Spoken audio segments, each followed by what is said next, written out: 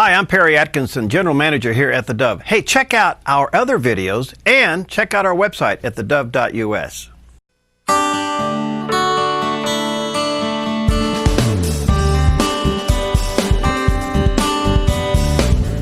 Welcome to Focus Today. I'm your host, Perry Atkinson, and what a great opportunity for you today to be encouraged, because we are delighted to have with us Andrea Thompson. She's the author of a book called Jesus Girl, Doing Real Life, and it's a book about love, loss, failure, and redemption. Quite a story, to say the least. And hi, Andrea, how are you?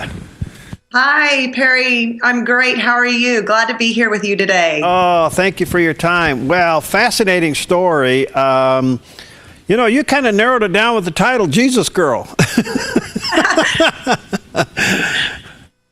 Yes, I sure did. You know, for the past 8 years, I have been walking around saying I'm a Jesus girl. He loves me unconditionally, imperfections and all.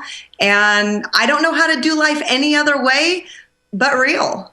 Oh, that's great. Mean you weren't perfect? Not even close, but don't tell anybody, okay? Well, let's talk about what we're not to tell anybody. Tell us your story.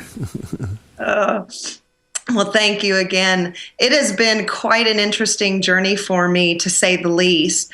Over 20 years of my life, I spent in a lot of enslaved bondage with abuse, from mental abuse, emotional, physical, sexual abuse, from the time I was 12 to 37 years old. And I went through this cycle of pain and agony. I was gang raped at 14, and I was abandoned by my father. I went through an eating disorder.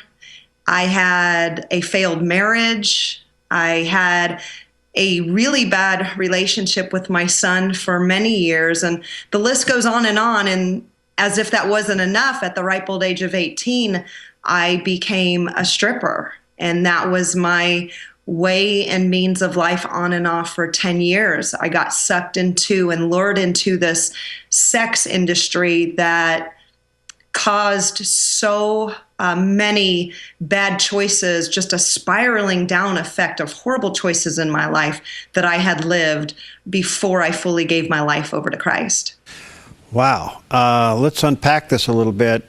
Anywhere along the line, did you know you were out of control? My father, really started with my father. And it was the years of verbally putting me down and never being good enough. I remember if the A minuses weren't A pluses, being overweight. I remember my dad saying that if a gunny sack, if I was skinny, even a gunny sack would look good on me. So I knew that there were what I was looking for and what I was striving for and finding my self-worth, I was doing in everything else other than a man. Unfortunately, over the years, because I was striving and just trying to survive, I became so desensitized in my mind and insensitive to the things that were going around me that I can't really say that I mean, I knew at times things didn't feel right, but I was doing whatever I could to survive, because I had lost my voice. I had lost hope. I had lost everything, my dignity, my self-worth, everything. I didn't even know who I was. You know, sadly, I don't think you're the only person that's gone through this. And because now you're on the other side ministering, the Lord is using this in a miraculous way. So let's fast forward. How did you find Christ? You know, as a full-blooded Jewish girl, I get asked that question often. I knew about Jesus, this good guy named Jesus, when I was 8 years old.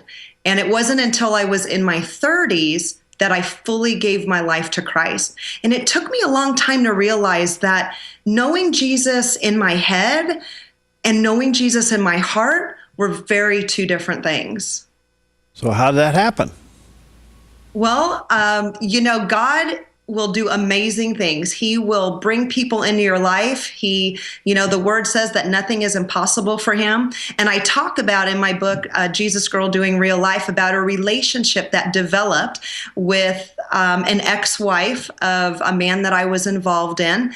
And we had become friends. And she was asking me over and over to go to church. And I was, always saying no and using that excuse. And I had a really good one, actually. I was saying that my boyfriend at the time would not be digging on the fact that his girlfriend and ex-wife would be hanging out in church together. So I had used that excuse for a long time. And one day I just had this feeling in my spirit that said, it's time to go. And I remember walking into that church with her.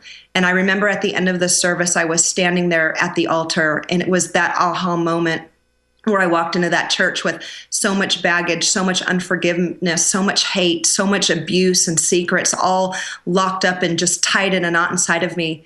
And I remember them praying over me. And I just remember this one moment, there was this total silence that had just come over me. And her cousin was on the other side of me, and he was crying. And he looked at me in the eyes and he said to me, he said, Andrea, do you know how much Jesus loves you? And I remember at that moment, I was just like, I don't know. And he said it again. And it was that second time when he asked me if I knew that Jesus loved me, it was as if I just got hit over the head with this wonderful 2x4. And I knew that was the first time in my life after all these years that I finally had Christ in my heart. And I knew that I was not going to walk this life out alone, and that I had him to walk me through the steps of what I needed. And he was going to bring me the people that needed to be there to help me get out of this horrible life that I was living. Wow. You're the ex-wife of your boyfriend brings you to church and you get saved. Now, you can't think this one up. No, you can't make that one up. Wow. And so what happened from that point on? From that point on, I walked out of that church knowing that I still had a life to face. I mean, we are co-laborers with Christ. And so it was time for me to make a change. And God had brought me a mentor, Pastor Barry, into my life. And I went to this church, this other church, and he sat down with me. And at the end of that meeting, he handed me a piece of paper and he gave me 5 simple steps. And they were: walk closely with God, don't settle, get stable, when you can leave or make a change, and get the trash out.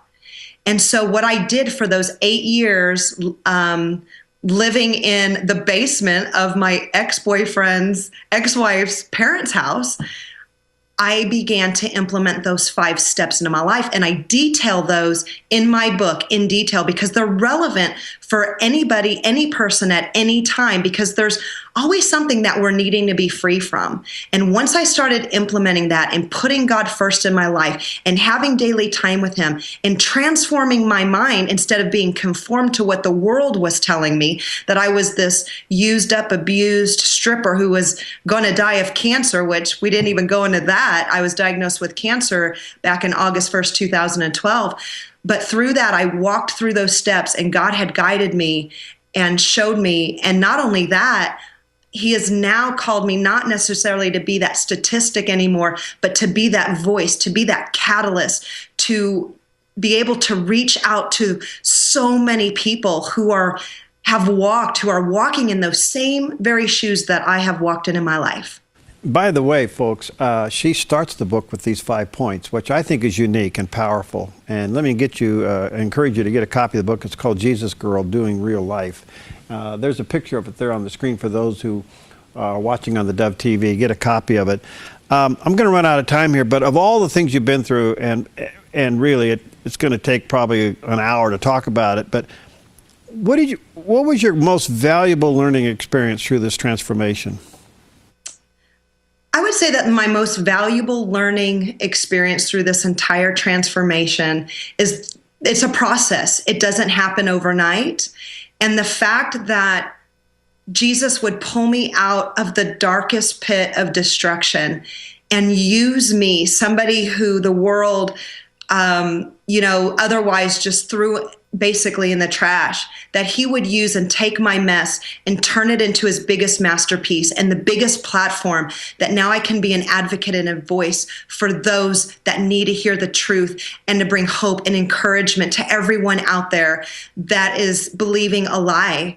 And so I am transformed. I mean, testimony is transformational. It's inspiring. And so I'm so thankful that I have this opportunity to be with you here and your listeners today, to be able to share how good God is and how much he loves each and every one of us, no matter where we've been, no matter what we've done, and no matter what's been done to us. There's hope, there's encouragement, there's possibility. Well, thank you. You're inspiring. I can't help but think that your message will reach to a lot of young girls who have been caught up in all of the lies and the problems and the culture has to throw at them.